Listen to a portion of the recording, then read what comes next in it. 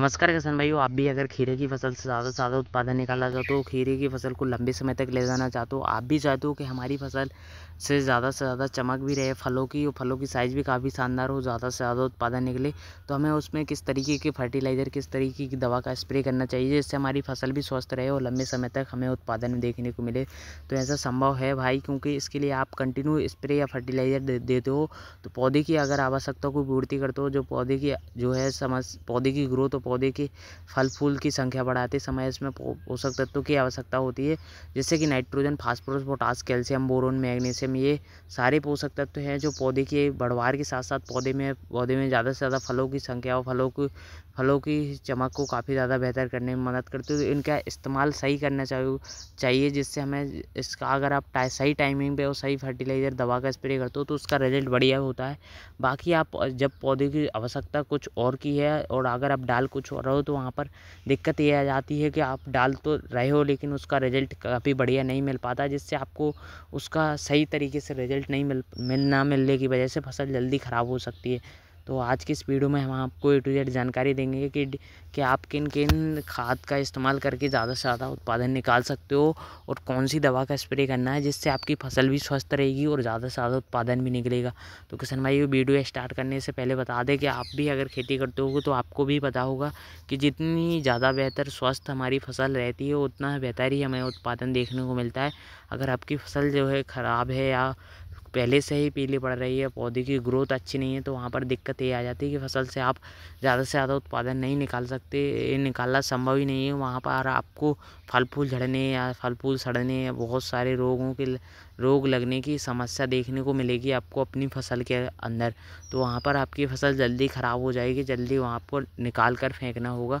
तो ये दिक्कत से लड़ने के लिए आपको कंटिन्यू स्प्रे लेने की ज़रूरत है। जो वायरस लगे हों उसी वायरस के लिए उसी तरीके की दवा का स्प्रे करना ज़रूरी है। ऐसा नहीं है कंटिन्यू दवा का स्प्रे, हफ्ते में एक बार इंसेक्टिसाइड रस चूसक कीटों के लिए आपको स्प्रे लेना ज़रूरी है, क्योंकि वहाँ पर दिक्कत ये आ जाती है अगर आप दवा का स्प्रे नहीं लेते हो तो वहाँ पर छोटे छोटे फंगस होते हैं जो आपको दिखेंगे नहीं, लेकिन अगर आपने दवा का स्प्रे नहीं किया हो तो वहाँ पर एकदम से फसल आपकी नष्ट हो सकती है। तो इसीलिए हफ्ते में एक बार रस चूसक कीटों के लिए इंसेक्टिसाइड का स्प्रे ज़रूर लेते रहो और एक बार फंगीसाइड का स्प्रे लेते रहो, जिससे आपको बहुत बढ़िया रिजल्ट मिलेगा। और जैसे ही उसमें फल फूल आने लग जाते हैं तो वहाँ पर आपको टॉनिक इस्तेमाल करने की ज़रूरत है। तो किसान भाई, जो हमने इस फसल में दिया हुआ है काफ़ी पहले से हम बता रहे हैं भाई, ये पिछली वीडियो को भाई आप जाके देख सकते हो, जिससे हमने बहुत बेहतर जानकारी दे रखी है और इस वीडियो में भी हम आपको ए टू जेड जानकारी देंगे। और किसान भाइयों, आप भी अगर अभी के समय में अक्टूबर के समय में और सितंबर के समय में भी अगर आप लगाते हो खीरा की खेती तो भी आपको बढ़िया रेट देखने को मिलेंगे आपको अपनी खीरे की फसल से। बस इसमें दिक्कत क्या आती है, सही वैरायटी लगाना है और सही दवा फर्टिलाइज़र देना है, जिससे आपको कोई भी दिक्कत परेशानी नहीं देखने को मिलेगी, क्योंकि अभी का मौसम काफ़ी शानदार है। और जो फर्टिलाइज़र दवा इस वीडियो में हम आपको बताएंगे, इसी तरीके से अगर आप स्प्रे दवा लेते हो तो आपको कोई दिक्कत नहीं आने वाली। क्योंकि धनवायु जब हमारा 10 से 15 दिन का पौधा हो जाता है तो हमें सबसे पहले दिक्कत आती है कि इसमें रस चूसक कीटों का अटैक होना स्टार्ट हो जाता है। और दूसरी दिक्कत आती है कि हमें इसमें ऐसे फर्टिलाइज़र दवा पोषक तत्व देने हैं जो पौधे की बढ़वार करने में, पौधे की जड़ों की ग्रोथ करने में काफ़ी ज़्यादा बेहतर मदद कर सकते हैं। जिससे होता क्या है, पौधों की जड़ें मजबूत होंगी तो पौधे का सही तरीके से विकास भी होगा और जो फर्टिलाइज़र या पोषक तत्व एक खाद आप डालते हो तो उसका रिजल्ट भी काफ़ी बढ़िया मिलता है। तो हमें सबसे पहले होमिक एसिड का इस्तेमाल करना है जो पौधे की जड़ों को ग्रोथ करने में मदद कर देगा और पौधे की बढ़वार करने में मदद करेगा। पत्तियाँ हरी भरी रहेंगी और तना मजबूत बनेगा। NPK 19-19 इसी के साथ डालना है ड्रेंचिंग में। तो वहाँ पर दिक्कत क्या आ रही थी, बहुत से लोग होमिक एसिड के साथ यूरिया DAP डाल देते, तो ऐसा बिल्कुल भी नहीं करना। वो आप बाद में डाल सकते हो, लेकिन इसके साथ आप होमिक एसिड के साथ NPK 19-19 लोगी तो आप इसका बढ़िया रिजल्ट भी मिलेगा। अगर थोड़ा मोड़ा ज़्यादा हो जाता है तो वहाँ पर दिक्कत ये नहीं आती। अगर आप यूरिया थोड़ा मोड़ा दानेदारी इस्तेमाल करते हो तो वहाँ पर अगर ज़्यादा हो गया तो वहाँ पर पौधा सड़कर ख़राब हो सकता है। तो इसीलिए NPK 19-19 जो घुलनशील खाद है, अगर थोड़ा मोड़ा ज़्यादा हो जाता तो वहाँ पर दिक्कत कोई आने वाली नहीं है। तो आपको ड्रेंचिंग में लेना है होमिक एसिड के साथ NPK 19-19 जो पौधे की बढ़वार के साथ साथ पौधे में तना मजबूत करने में, पौधे की शाखाओं निकालने में काफ़ी ज़्यादा मदद करती है, जिसमें नाइट्रोजन, फास्फोरस, पोटास होता है, जो पौधे की सारी तरीके से ग्रोथ करने में मदद करता है, जड़ों को, तने को मजबूत करने में मदद करता है। और पत्तियाँ हरी भरी रहेंगी और पौधे में रोग प्रतिरोधक क्षमता भी बढ़ेगी। तो ये दिक्कत आती है कि बहुत से किसान भाई को जैसे ही छोटा पौधा होता है तो वहाँ पर फंगस लगने स्टार्ट हो जाते हैं, रस चूसक कीट लगने स्टार्ट हो जाते हैं। तो वहाँ पर आपको ज़्यादा पावरफुल दवाओं को स्प्रे करने की ज़रूरत नहीं है। आप कम पावरफुल दवाओं को स्प्रे करोगे तो वहाँ पर रिजल्ट भी अच्छा मिल जाएगा और पौधे को नुकसान भी नहीं होगा कुछ, क्योंकि अगर आप ज़्यादा पावरफुल दवा को स्प्रे कर दो तो वहाँ पर पौधे की ग्रोथ रुक जाती है और पौधा पीला पड़कर वहीं पर ख़राब हो सकता है। तो ये ऐसा बिल्कुल भी नहीं करना है। अगर शुरुआत में स्प्रे ले रहे हो तो वहाँ पर नीम ऑयल, थाइमोथोक्सोम और जो है डाइफेथोरॉन, इस तरीके एक्टोमेप्राइड 20% इस तरीके के आते केमिकल्स, उनका आप इस्तेमाल कर सकते हो तो उसका बढ़िया रिजल्ट मिलेगा। तो इसके लिए आप जो ये हमने दवा बताई हुई उनका स्प्रे ले सकते हो। और सुंडी के लिए अगर आपको सुंडी की समस्या आ रही तो एमामेक्टिन बेंजोएट 5% ज़्यादा, उसका आप स्प्रे ले सकते हो। तो वहाँ पर आपको सुंडी से अच्छा बेहतर रिजल्ट देखने को मिल जाएगा। और पत्तियों की पर आपको ज़्यादा स्प्रे मारने की ज़रूरत नहीं है, थोड़ी मोड़ी आप अच्छी तरीके से स्प्रे करो, क्योंकि आप ज़्यादा भारी मात्रा में दवा का स्प्रे करोगे तो वहाँ पर पत्तियाँ अच्छी तरीके से ग्रोथ नहीं करेंगी, पत्तियों की साइज़ अच्छी तरीके से नहीं बनेगी। तो इसलिए कम पावरफुल दवाओं का स्प्रे करो। और इसके साथ आप टॉनिक का या NPK 19-19 का स्प्रे ज़रूर लेते रहो। हफ्ते में एक बार अगर आप स्प्रे लेते हो तो NPK फर्टिलाइज़र का भी स्प्रे कर सकते हो, जो घुलनशील खाद हैं, जो इसका भी बहुत अच्छा रिजल्ट मिलता है। और जड़ों के ज़रिए भी देते रहो और स्प्रे के तौर पर भी करते रहो तो इसका बहुत ही शानदार रिजल्ट मिला है। हमने यहाँ पर NPK 19-19 का स्प्रे भी किया हुआ है और ड्रिप के ज़रिए भी छोड़ा है, तो इसका भी काफ़ी शानदार रिजल्ट मिला है। NPK 19-19 का अवस्था के अनुसार स्प्रे लेना होता है। जैसे कि अगर छोटा पौधा है तो वहाँ पर आपको 50 से 60 ग्राम डाल लेना है, और जैसे ही पौधा बड़ा हो जाता है तो वहाँ पर 50, 70, 80 ग्राम कर सकते हो। 15 लीटर पानी में घोल बनाकर स्प्रे कर देना है। इससे आपको बहुत ही बढ़िया और शानदार रिजल्ट मिल जाएगा। जैसे जैसे आपकी फसल बड़ी हो जाती है तो आपको थोड़ा थोड़ा डोज बढ़ाते जाना है। जैसे ही उसमें फल फूल दिखने लग जाते हैं तो वहाँ पर दिक्कत क्या आती है, अगर आपकी पौधे की बेल हैं, जो शाखाएं हैं, वो नहीं निकल रही हैं तो वहाँ आपको NPK 19-19 और 12-61 इस तरीके के पोषक तत्व देने की ज़रूरत है, जिसमें पौधे की सारी तरीके से अगर आपकी बेल बढ़ रही हैं तो वहाँ 12-61 क्या काम करता है, जो पौधे की शाखाओं को निकालने में मदद करता है और जो है पौधे की पत्तियों को हरा भरा करने में मदद करता है और ज़्यादा से ज़्यादा पौधे की ग्रोथ करने में मदद करता है। और ग्रोथ करने के साथ साथ पौधे की शाखाओं को निकालने में मदद करता है। तो वहाँ पर 20 से 25 दिन की जब फसल हो जाती है तो आपको NPK 12-61, 13-0-45 इस तरीके के फर्टिलाइज़र देने की आवश्यकता होती है। जो फूल हमारे निकल चुके हैं, फल बन चुके हैं, सेटिंग हो चुके हैं, तो उनकी साइज़ को बड़ा करने में मदद करेगा और पौधे की रोग प्रतिरोधक क्षमता भी बढ़ेगी और तना मजबूत होगा। 12-61 से ज़्यादा से ज़्यादा जड़ें ग्रोथ करेंगी और ज़्यादा से ज़्यादा पत्तियों ग्रोथ करेंगी। देख सकते हो यहाँ पर कितनी शानदार तरीके से फल फूल सेटिंग हो रहे, और जो है फल फूल के साथ साथ इसमें कंटिन्यू इसी तरीके से सारी बेल में जो है फल आ रहे हैं। तो यहाँ पर बात करें किसान भाइयों, इस तरीके से अगर आप फसल को स्वस्थ, हरा भरा, मजबूत रखते हो तो यहाँ पर दिक्कत आती है कि फल फूल झड़ने की समस्या 95% तक कम हो सकती है, क्योंकि यहाँ पर दिक्कत इसी वजह से आती है। अगर पौधा कमज़ोर है, पौधा स्वस्थ नहीं है तो यहाँ पर फल फूल झड़ने की दिक्कत आ सकती है। नहीं तो अगर पौधा शुरुआती स्टेज से ही मजबूत है, वो शुरुआती स्टेज से ही स्वस्थ, हरा भरा और बिल्कुल भी तनाव नहीं है, फसल में किसी भी प्रकार के वायरस रोग नहीं है, तो वहाँ पर आपको किसी भी प्रकार की समस्या बिल्कुल भी देखने को नहीं मिल रही है। और इसमें एक बात और बता रहा हूँ जो सबसे ज़्यादा लगती है, जो है खीरे में मोजिक वायरस लगता है, पत्तियाँ पीली पड़ जाती हैं और पत्तियों में धब्बे धब्बे पड़ जाते हैं, पीली पड़ जाती है एकदम से, यहाँ पर पौधे की ग्रोथ रुक जाती है। तो इस तरीके की समस्या के लिए इसमें आप हफ्ते में एक बार फंगीसाइड का स्प्रे लेते रहें और एक बार इंसेक्टिसाइड, रस चूसक कीटों के लिए दवा का स्प्रे लेते रहें, जिससे आपको बहुत ही बढ़िया और शानदार रिजल्ट मिल जाएगा। सफ़ेद मक्खी के कारण जो सफ़ेद मच्छर है वो उससे ही सबसे ज़्यादा खीरे में सबसे ज़्यादा दिक्कत परेशानी आती है। तो इसके लिए मेरे हिसाब से बहुत बढ़िया रिजल्ट मिलता है। मैंने जो दवा का स्प्रे किया था UPL का, ये प्रोडक्ट इस्तेमाल कर सकते हो, जिससे आपको बहुत ही बढ़िया रिजल्ट मिलेगा। ऐसा नहीं है आपको लगातार एक ही दवा का स्प्रे करते रहोगे तो आपको रिजल्ट अच्छा बेहतर मिलता रहेगा, तो ऐसा संभव नहीं है भाई, क्योंकि अगर आप एक दवा स्प्रे करते हो तो उससे पावरफुल दवा का अगली बार स्प्रे लेना चाहिए, जिससे बहुत बढ़िया रिजल्ट मिलता है।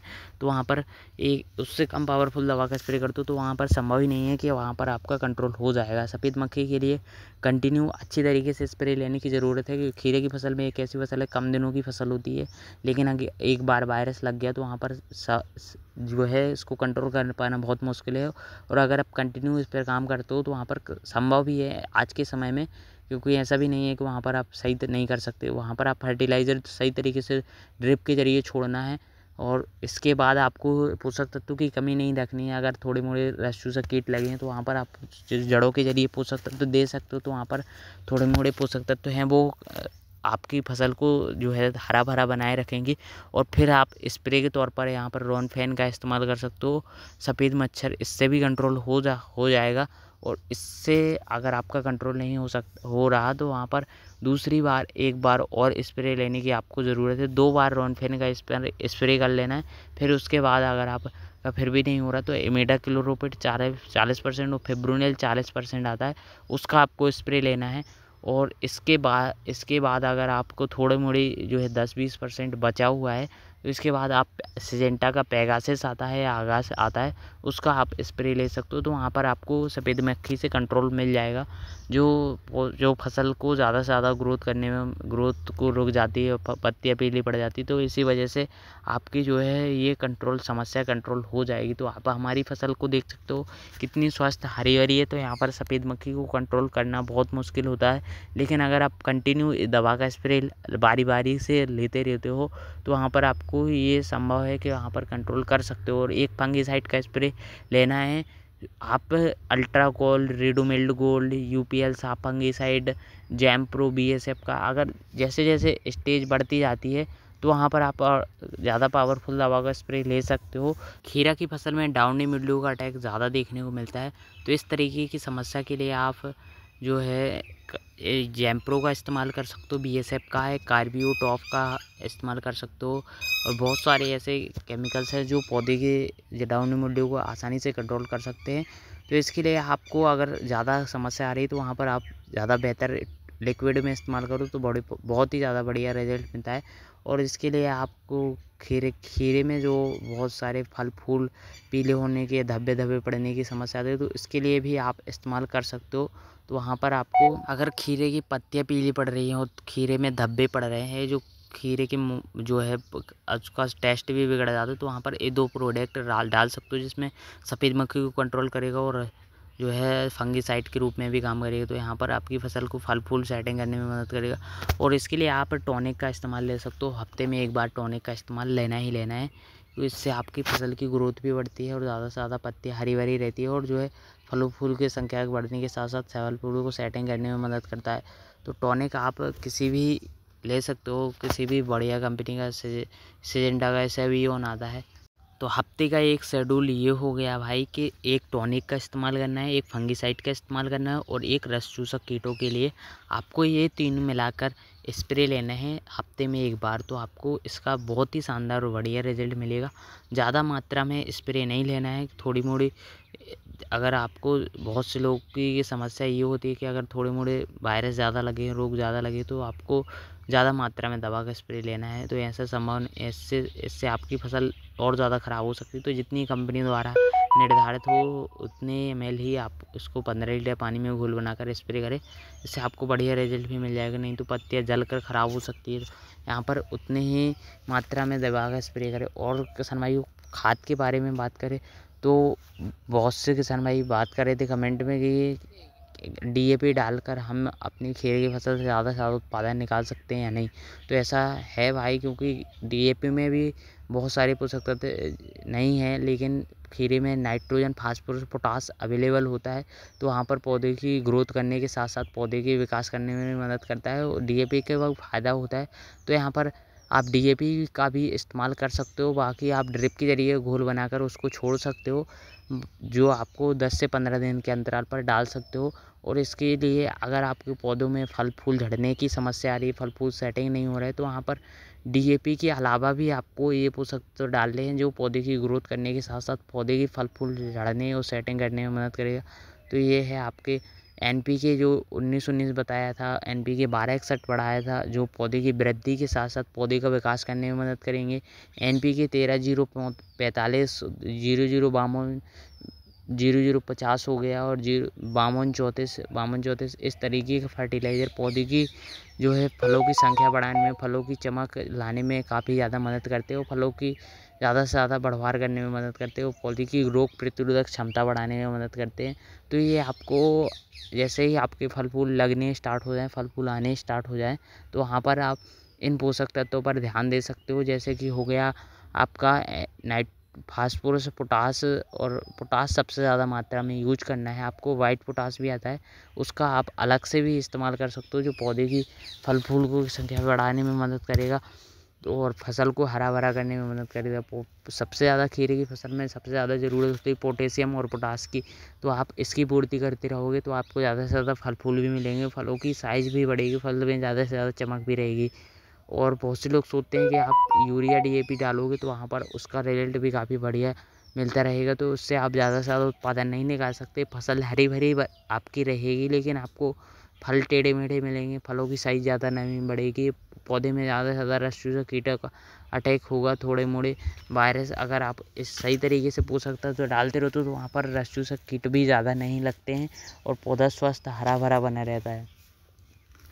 तो देख सकते हो यहाँ पर आपको जब फल सेटिंग हो चुके हों, फल की साइज़ में थोड़ी मोड़ी दिक्कत आ रही है, टेढ़े मेढ़े हो रहे हैं, तो वहाँ पर आपको 1 से 1.5 kg कैल्शियम ले लेना है और बोरोन आपको ले लेना है 250 से 300 ग्राम। तो इस तरीके से आप अपनी फसल से ज़्यादा उत्पादन निकाल सकते हो। सबसे ज़्यादा ज़रूरी है पौधे को स्वस्थ हरा भरा मजबूत रखना, जिससे आप ज़्यादा से ज़्यादा उत्पादन निकाल सकते हो। अगर आपकी फसल ही अच्छी नहीं है तो वहाँ पर आप खीरे की फसल से ज़्यादा उत्पादन नहीं निकाल सकते।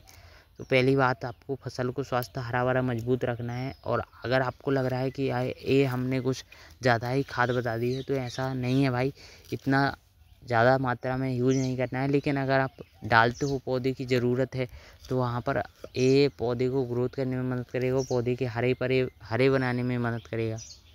देख सकते हो कितनी बढ़िया तरीके से पत्तियाँ भी निकल रही हैं और ग्रोथ भी कर रही है।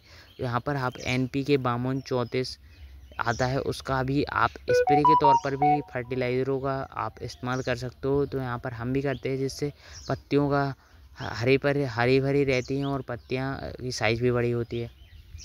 और जैसे ही पत्तियों में ज़्यादा शाखाएँ निकल रही हैं, तो यहाँ पर अगर पत्तियाँ पीली पड़ रही हैं, फसल पीली पड़ रही है, तो वहाँ पर ज़रूरी होता है कि आप यूरिया ही डालो। ऐसा नहीं है यूरिया से पत्तियाँ पीली होना बंद हो जाती है। इसके लिए आपको मैग्नीशियम सल्फेट, अमोनियम सल्फेट, इस तरीके के पोषक तत्वों की आवश्यकता होती है। तो वहाँ पर मैग्नीशियम सल्फेट भी चला सकते हो, ये आपको हिप्पो का कंपनी का मिल जाएगा, तो आप मैग्नीशियम सल्फेट भी चला सकते हो भाई। अगर आप किसी भी बेल वर्गीय सब्जियों की खेती करते हो तो तार बांस ज़रूरी है कि आप जल्दी लगा दो, जिससे सारी बेल है जो ऊपर आसानी से चढ़ती जाए, वो मजबूत अच्छी तरीके से बांस लगाओ, जिससे बिल्कुल बाद में गिरे भी ना। अगर एक बार गिर गया तो यहाँ पर उठाना बहुत मुश्किल हो सकता है। इसीलिए जो हमने फर्टिलाइज़र दवा के बारे में बताया हुआ है, आप उन दवाओं का या फर्टिलाइज़र का इस्तेमाल करोगे तो आपको उसका बढ़िया रिजल्ट भी मिलेगा और आपके उत्पादन में 10 से 20% तक एक्स्ट्रा निकलेगा ही निकलेगा। क्योंकि यहाँ पर होता क्या है कि पौधे की अवस्था के अनुसार उसमें डिपेंड करता है कि अगर आप सही पोषक तत्व तो डाल देते हो वहाँ पर दिक्कतें कम आना स्टार्ट हो जाती है पौधे में, जैसे कि ज़्यादा वायरस लग जाते हैं, तो वहाँ पर आपको कम दिखेंगे, कम रस चूसक कीटों का अटैक होगा, कम फसल में फल फूल झड़ने की दिक्कत आएगी। और दूसरी बात ये कि आपको खरपतवार मारने वाली बीज से दवा का स्प्रे कर देना है, जिससे यहाँ पर खरपतवार बिल्कुल कम रहेंगे, तो यहाँ पर रस चूसक कीटों का अटैक जो है कम होगा और फसल आपकी वाकई में स्वस्थ हरी भरी रहेगी। जो हमने फर्टिलाइज़र दवा के बारे में बताया है, खीरे की फसल एक ऐसी फसल है, आप कहीं किसी भी मिट्टी में कर सकते हो। मतलब आप अगर पोषक तत्व तो देते रहो तो वहाँ पर उसको संभव है करना। और इसके लिए वैरायटी की बात करें तो किसान भाइयों, अभी अगर आप अभी के समय में करना चाहते हो तो आप BNR का क्रिस हमारे यहाँ बेस्ट वो है, अच्छी तरीके से उत्पादन निकलता है, कम वायरस लगते हैं और ज़्यादा से ज़्यादा उत्पादन मिलता है। तो BNR का क्रिस हो गया, ये भी बेस्ट निकलता है। और सेमिनिस का मालिनी खीरा आता है, उसका भी काफ़ी ज़्यादा अच्छी तरीके से उत्पादन निकलता है। और बहुत सारी वेराइटियाँ हैं, लेकिन हमारे यहाँ जो सबसे ज़्यादा लगाई जाती हैं वो यही 2 वेराइटियाँ हैं। और BSF का एक बैली वेराइटी आया है जो हमने पिछली बार इस्तेमाल किया हुआ है, तो इसका भी काफ़ी ज़्यादा अच्छा उत्पादन है, अच्छा रेट में मिल रहा है और इसकी फलों की साइज़ और चमक काफ़ी शानदार रहती है। तो उसके बारे में भी आप हमारी जो पिछली वीडियो हैं उनके वीडियो को देख सकते हो, तो उन वीडियो में आप सीख पाओगे। जो वैरायटी हमने अन्य वैरायटी भी लगाई हुई हो तो उनका भी काफ़ी ज़्यादा अच्छा है। बाकी आपको हफ्ते में जो एक फंगीसाइड, इंसेक्टिसाइड इस तरीके की दवा का स्प्रे लेना बहुत ज़्यादा ज़रूरी है, क्योंकि इस वजह से हमारी फसलें नष्ट जल्दी हो जाती है। तो इस पर अगर आप स्प्रे हफ्ते में करते रहोगे और हफ्ते में एक बार फर्टिलाइज़र दवा स्प्रे करते रहोगे तो वहाँ पर अच्छा उत्पादन भी निकलेगा, फसल स्वस्थ हरी भरी मजबूत रहेगी। तो NPK मतलब वो ये नहीं होता भाई कि अगर आपको डालना ही डालना है। NPK खाद जो है वो अगर आप जैसे कि NPK 52-34 का इस्तेमाल करते हो, फल फूल जब हमारे ज़्यादा आते हैं, ज़्यादा हमारी सेटिंग होती है तो यहाँ पर फल फूलों की संख्या बढ़ाते हैं और पौधे में रोग प्रतिरोधक क्षमता भी बढ़ती है, पौधे में कम वायरस लगते हैं और पौधे की पत्तियाँ और शाखाएँ काफ़ी ज़्यादा ग्रोथ करती हैं, तो हमारे फल फूलों की संख्या भी बढ़ती है। इसी प्रकार से हमें पोषक तत्व तो हफ्ते में एक बार चलाना ज़रूरी है, क्योंकि यहाँ पर अगर आप पौधे में ज़्यादा से ज़्यादा फल लगे हुए हैं और फल अगर आप इसी तरीके से कंटिन्यू निकालना चाहते हो तो यहाँ पर आपको पोषक तत्व तो डालने ही होंगे। और एक फसल के बाद सीधे ये 2-3 फसलें आसानी से ले सकते हो। तो यहाँ पर हमने लौकी लगा दी है, पहले खीरा लगा हुआ था, अब हम लौकी यहाँ पर ले रहे हैं। लौकी के लिए मचान तैयार कर चुके हैं। तो किसान भाइयों, आप भी अगर इसी तरीके से मचान विधि बना सकते हो तो आप इसके लिए हमने पिछली वीडियो बनाई है, तो उनको जाकर देखोगे तो आपको A to Z जानकारी भी मिल जाएगी और समझ भी आ जाएगा। BNR के क्रिस खीरे से भी आप बहुत बढ़िया और बहुत ही शानदार रिजल्ट मतलब उत्पादन निकाल सकते हो। बस इसकी फलों की साइज़ भी काफ़ी शानदार रहती है और तो इसका रेट काफ़ी ज़्यादा बेहतर मिलता है। और वैरायटियाँ भी हैं जो तो मुझे नहीं पता, लेकिन अलग अलग राज्यों में अलग अलग समय पर बोई जाती हैं। हमारे यहाँ यही 2-3 वैरायटियाँ हैं जो अभी तक ज़्यादा से ज़्यादा लगाई जाती हैं। और आपके यहाँ कौन कौन सी वैरायटियाँ हैं जो सबसे ज़्यादा मात्रा में लगाई जाती है और उनका ज़्यादा से ज़्यादा उत्पादन निकल सकता है, तो वहाँ पर अगर अब मुझे बढ़िया लगी तो मैं भी लगाकर एक बार थोड़ी मोड़ी ट्राई करूँगा। तो कमेंट करके ज़रूर बताना आप कौन सी वैरायटी लगाते हो और कौन सी वैरायटी लगाने की सोच रहे हो, और आपको खीरे की फसल में क्या क्या दिक्कतें आती है, किस टॉपिक पर ज़्यादा से ज़्यादा नुकसान हो जाता है, फसल जैसे ज़्यादा लंबे समय तक नहीं जा पाती है, तो कमेंट करके ज़रूर बताना, जिससे मैं और बेहतर आसानी से समझ पाऊँ खीरे की फसल में कौन कौन सी दिक्कतें ज़्यादा देखने को मिलती हैं और किस तरीके से हमारा ज़्यादा उत्पादन नहीं निकल पाता है किसान भाइयों का। तो उसके ऊपर एक और अच्छे तरीके से सोच समझ कर वीडियो को तैयार करूँगा, तो आपको ढेर जानकारी भी दूँगा। तो किसान भाइयों, खीरे की फसल से आप भी छोटे से छोटे फार्म में भी आप अच्छी तरीके से कमाई कर सकते हो। और ये कम दिनों की फसल है, जैसे कि 30 से 35 दिन में इसमें तुड़ाई होना स्टार्ट हो जाती है। तो यहाँ पर इसका रेट भी अगर अच्छा मिल गया तो यहाँ पर कई अच्छे तरीके से पैसा कमा सकते हो खीरे की फसल में। तो ध्यान रखने की ज़रूरत है कि इसमें सही तरीके से मचान, सही तरीके से फर्टिलाइज़र, दवा मैनेजमेंट, ये सारा A to Z प्रोसेसिंग अच्छी तरीके से मैनेजमेंट होगी, फसल स्वस्थ रहेगी तो हमें ज़्यादा उत्पादन निकलेगा। तो ये मैं बात कर रहा था BSF की बैली वैरायटी है, जो हमने थोड़ी मोड़ी लगाकर इसको जो है किया हुआ था, क्योंकि यहाँ पर इसको ट्राई किया हुआ है। अभी तो कम में लगाया था, अगली बार इसका ज़्यादा में लगा कर देखेंगे, क्योंकि इसका फल की साइज़ काफ़ी देसी आकार में हुए, एक सामान फल निकलते, एक साइज़ के फल होते हैं, जिसका इसका रेट भी 2-4 रुपये ज़्यादा निकलता है, 5 रुपये ज़्यादा रेट पर बिकता है, तो इसका रेट भी काफ़ी शानदार मिलता है। और एक BNR क्रिस जैसे ही इसमें फल फूल सेटिंग होते हैं, एक फल के यहाँ से एक फल फूल सेटिंग होते हैं, तो यहाँ पर इसका भी उत्पादन ज़्यादा निकलता है और इसमें दिक्कत भी वायरस थोड़ा कम लगते हैं, रोग प्रतिरोधक क्षमता भी इसकी ज़्यादा अच्छी है। इसे बदलते मौसम के अनुसार भी लगाया जा सकता है। बाकी आपको जानकारी कैसी लगी कमेंट करके ज़रूर बताना, और वीडियो पसंद हो तो लाइक ज़रूर करना, हो चैनल बनाए हो सब्सक्राइब जरूर करना। मिलते हैं नेक्स्ट वीडियो में।